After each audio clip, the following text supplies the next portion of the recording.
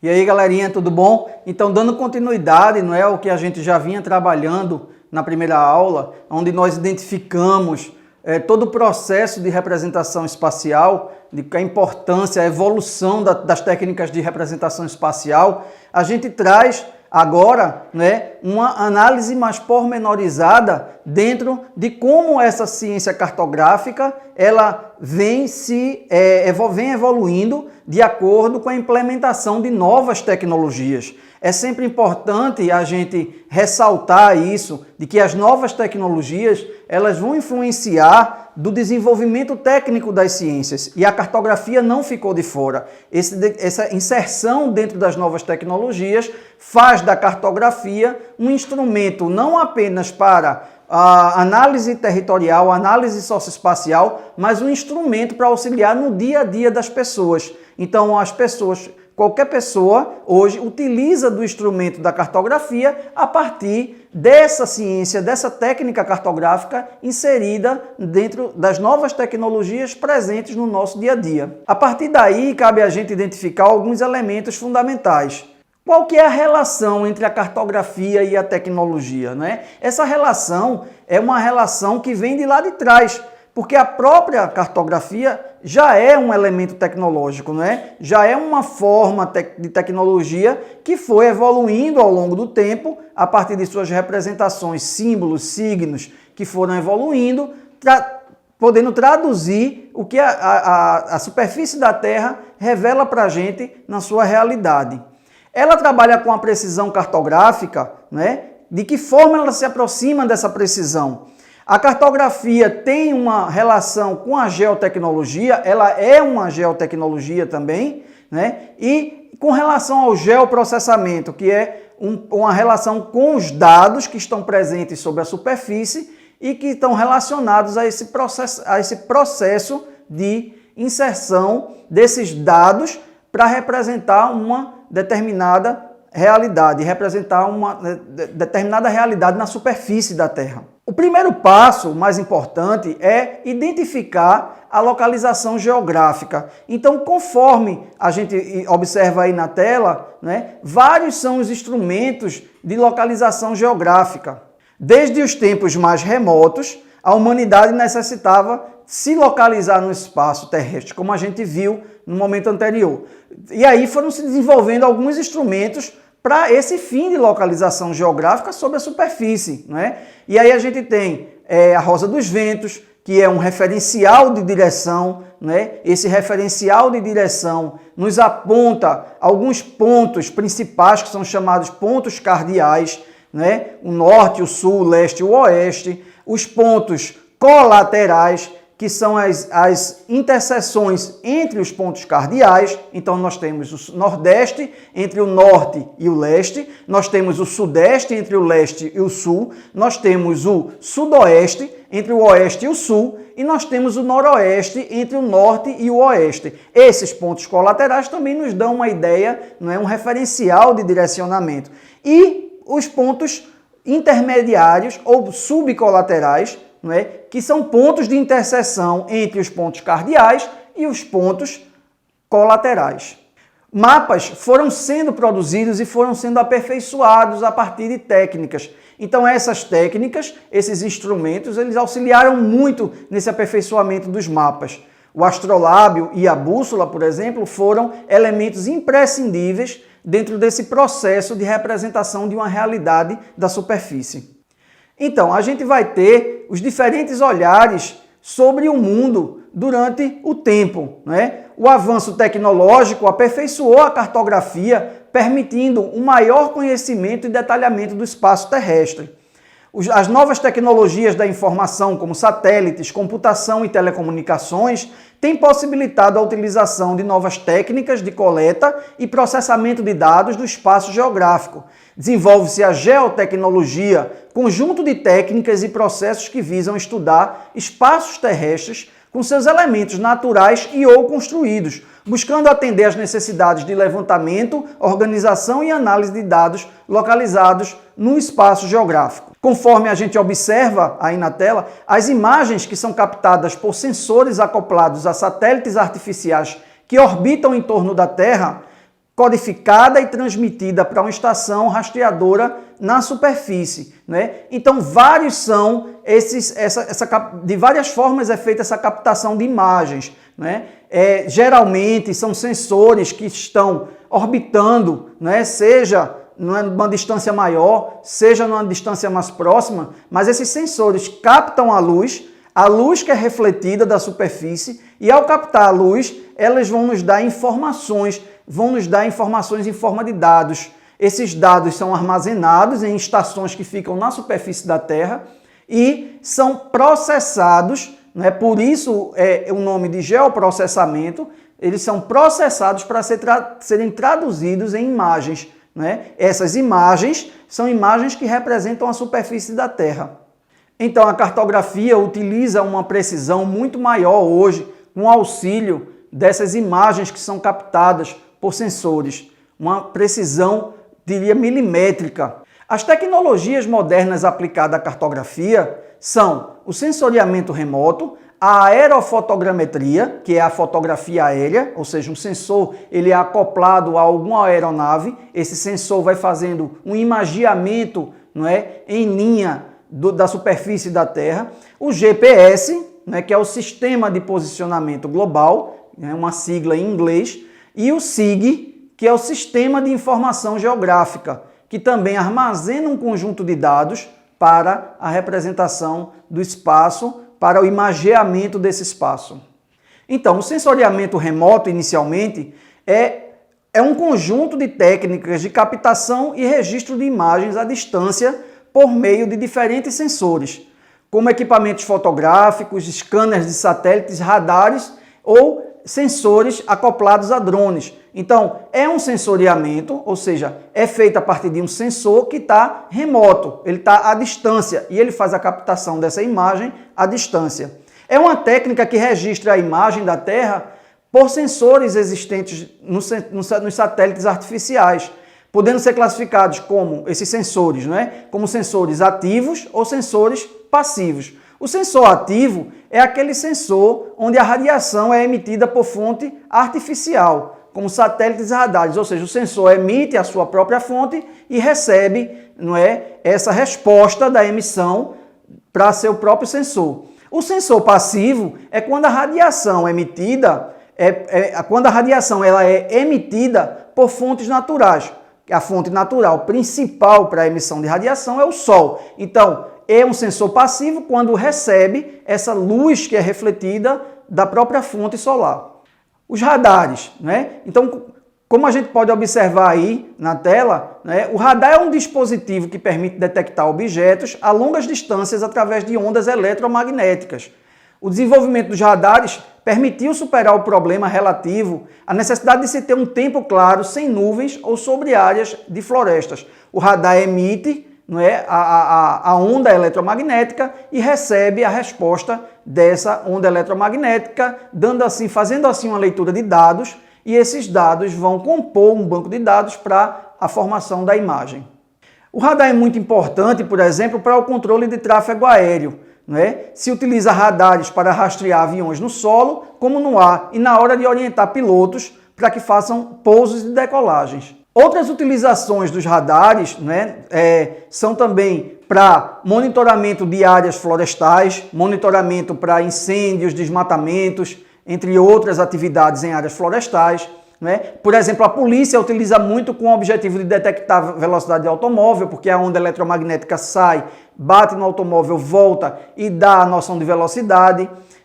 As agências aeroespaciais, como a NASA, utiliza para mapear a Terra e outros planetas, para rastrear satélites, fragmentos espaciais. A área militar utiliza os radares para detectar inimigos e guiar armas. A meteorologia, os radares têm uma importância muito grande na meteorologia para rastrear tempestades, furacões, tornados, e é um dispositivo que faz portas de lojas, então até no uso do dia a dia as portas de lojas se abrirem e fecharem automaticamente, porque emite essa onda, fazendo com que essas portas abram e fecham. Hoje o radar é considerado uma ferramenta imprescindível na prevenção de desmatamento e no apoio à previsão de safras agrícolas, entre outras aplicações, e pode auxiliar no ensino de várias disciplinas, como geografia, ciências, física, química e história, né? Então a gente tem a utilidade do radar dentro dessas outras aplicações científicas. A utilização dos sensores remotos acoplados à distância é muito importante dentro desse processo de previsão do tempo meteorológico, como sequência de eventos que são programadas ao longo do tempo. Então, os furacões são facilmente identificáveis por esses sensores que estão acoplados à distância em satélites. O sensoriamento remoto, ele é de uso muito intensificado dentro do planejamento urbano, planejamento das cidades. Então é muito importante identificar que sensores remotos são utilizados para o uso do solo urbano, identificar o uso do solo urbano a partir de técnicas de extração de informações de imagens digitais para esses estudos urbanísticos, tais como planejamento e infraestrutura de uma cidade, de um bairro, de uma comunidade, inferências da densidade populacional, avaliação de riscos ambientais dentro das áreas urbanas, ou seja, para o uso do solo urbano como um todo, são utilizadas essas imagens de sensores remotos. Na área rural, também pode-se utilizar esse imagiamento de sensores remotos a partir do uso do solo rural, né? Ou seja, aplicada a atividade de agricultura, objetiva gerar conhecimentos e metodologias para se estimar a área plantada, produtividade de culturas agrícolas, avaliar desempenho potencial de novos sensores para essas áreas, desenvolver métodos de processamento de imagens, contribuir de forma efetiva na elaboração de métodos e sistemas operacionais para estimativa e previsão de safra. Ou seja, na área rural, a gente tem uma intensificação maior para a produção agrícola e esses sensores são cada vez mais importantes para se detectar produtividade da cultura, produtividade do solo, não é? Sistemas de irrigação possíveis, potenciais sistemas de irrigação, enfim, há todo um conjunto de utilidades que essas imagens produzidas por esses sensores são importantes de serem aplicadas. Então, monitorar o desmatamento, né, através da vulnerabilidade ambiental, conduzindo estudos sobre avaliação de riscos e impactos de desastres naturais, resultado de ações antrópicas, ou seja, da sociedade. Então, como a gente já falou, que essas tecnologias elas auxiliam dentro de um processo de monitoramento ambiental, né? E o monitoramento ambiental requer qualidade ambiental. E esses sensores eles dão essa contribuição por trazer, como por exemplo, o tamanho de área desmatada com um alto grau de proximidade da realidade.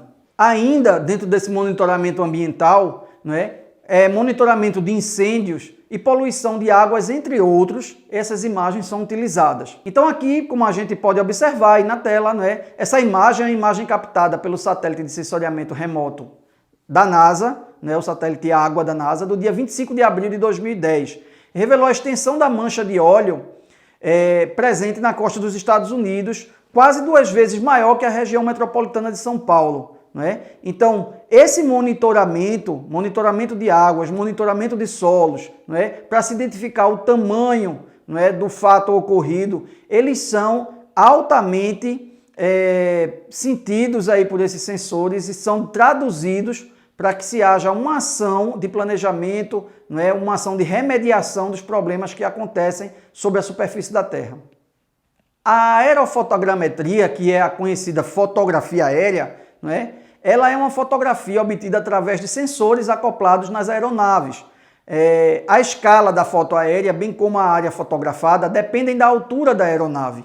Né? Essa altura também vai dar uma resolução maior ou menor da área imagiada. Constitui-se como um instrumento de representação da realidade acessível ao público com menos qualificação técnica. É um imagiamento onde a aeronave faz esse sobrevoo e esse sobrevoo vai detectando, vai imagiando o solo de acordo com aquele objetivo que se necessita. A ortofotocarta, são fotos aéreas em escalas tiradas por uma câmera em um avião em pleno voo, corrigidas segundo o relevo da superfície terrestre. Com um conjunto de fotos, faz-se a montagem de toda a área a ser representada, ou seja, a gente tem fotografias que são tiradas em vários momentos, e aí uma sobreposição de fotos que vão configurando aquela superfície. Em terceiro lugar, o GPS, que é o Sistema de Posicionamento Global, ele é um sistema que utiliza sinais emitidos por satélites cujas aplicações são amplamente utilizadas nos transportes marítimos, terrestres e aéreos, e até no nosso dia a dia. Então a gente utiliza, por exemplo, o GPS na palma da mão quando a gente está com o celular aberto em algum aplicativo de localização, né? Hoje, as atividades econômicas, elas são densamente, se utiliza densamente o GPS. Por quê? Porque tem-se o mapa das cidades e no mapa das cidades tem-se as entregas, o comércio utiliza para entregas, não é? O usuário comum utiliza para fazer o seu deslocamento na cidade, enfim, o GPS é utilizado de uma forma muito generalizada. Como é que esse instrumento funciona, não é? São 24 satélites que fazem a leitura mínima para se dar localização em superfície. Esses satélites ficam em órbita da Terra e são utilizados nesse processo 6 rotas diferenciadas. Então, a gente tem um sensor, né, orbitando, vários sensores orbitando que vão dar esse posicionamento. Esse posicionamento ele não é perfeito, ele vai ter algumas divergências, tanto é que ele aparece com algumas distorções de metros ou até às vezes de centímetros, né? Mas ele auxilia muito nessas atividades. Inicialmente, o sistema de posicionamento global ele foi desenvolvido, né, durante o período da Guerra Fria, ou seja, terminou a Segunda Guerra Mundial, houve uma necessidade de se localizar com muito mais precisão e durante os exercícios táticos de guerra foi se desenvolvendo esse sistema de posicionamento sobre a superfície da Terra. Então, como a gente observa aí na tela, não é? Os instrumentos eles passam desde instrumentos profissionais, como o próprio GPS, não é? O GPS profissional que vai dar uma leitura da superfície com mais precisão, até os celulares que são utilizados no dia a dia, com os mapas já presentes nas suas telas, ok? O GPS, ele precisa essa localização no espaço de uma pessoa ou de um objeto utilizando um sistema de coordenadas geográficas, né? Esse sistema de coordenadas geográficas é composto basicamente por latitude, que é a distância, o ângulo formado, né, em relação ao Equador. Então, esse ângulo de latitude, ele dá o primeiro referencial. A longitude, que é o ângulo formado em relação ao meridiano inicial, meridiano referencial, ok? E ele dá também a altitude, ou seja, a distância em metros em relação ao nível do mar. Esses 3 parâmetros são fundamentais para esse sistema de posicionamento global funcionar. A manipulação, né, desses dados, dessas informações, depende de sua aplicação, para quê, ou seja, qual que é o objetivo.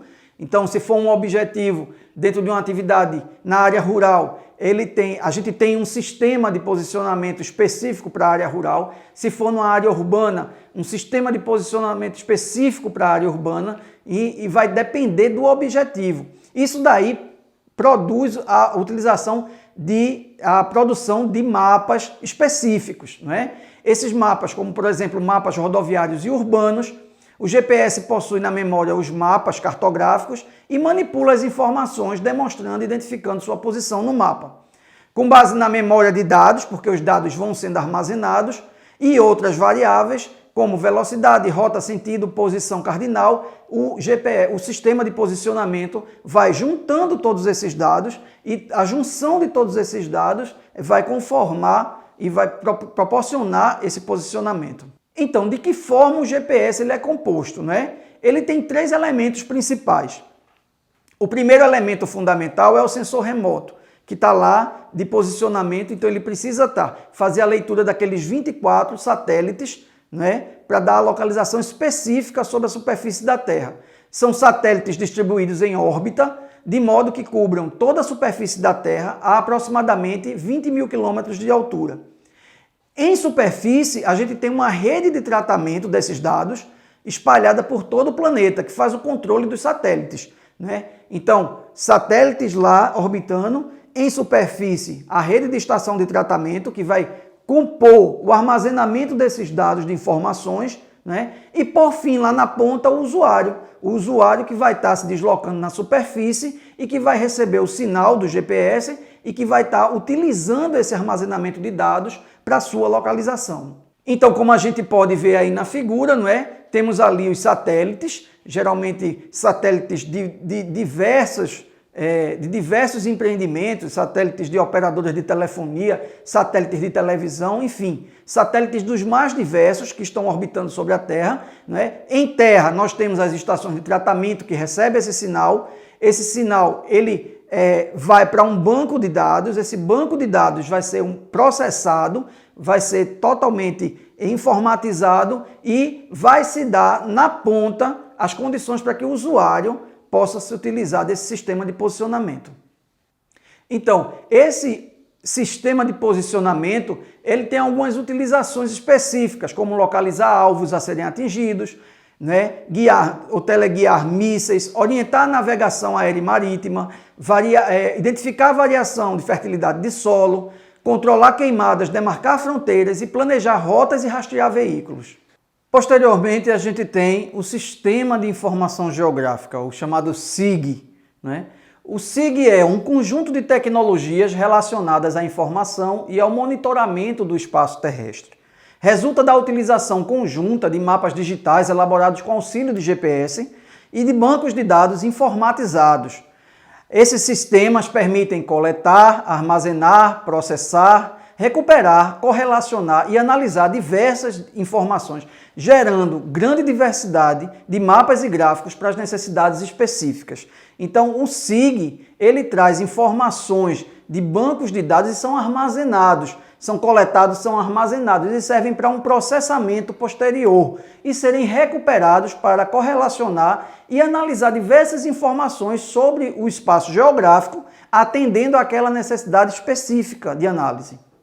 Algumas aplicações do Sistema de Informação Geográfica, elas são muito utilizadas em áreas urbanas, por exemplo, para planejar a distribuição e calcular custos dos serviços como coleta de lixo, por exemplo. As áreas onde o lixo vai passar, onde vai coletar, essas informações são juntadas num banco de dados e serve para o planejamento. Planejar investimentos em obras públicas, facilitar o levantamento de imóveis para cálculo e controle da arrecadação de taxas e impostos, melhorar a qualidade do sistema de transporte coletivo e tráfego urbano e cadastrar propriedades, empresas e moradores com grande número de informações. O uso do Sistema de Informação Geográfica é um uso muito geral, é um uso muito amplo. Então, há necessidade específica de alguém que precisa utilizar o sistema, recorre ao sistema apenas especificamente para aquilo que precisa e retira as informações, os dados que são armazenados lá no Sistema de Informação Geográfica. Bom, pessoal, a gente vai ficando por aqui. Até a próxima.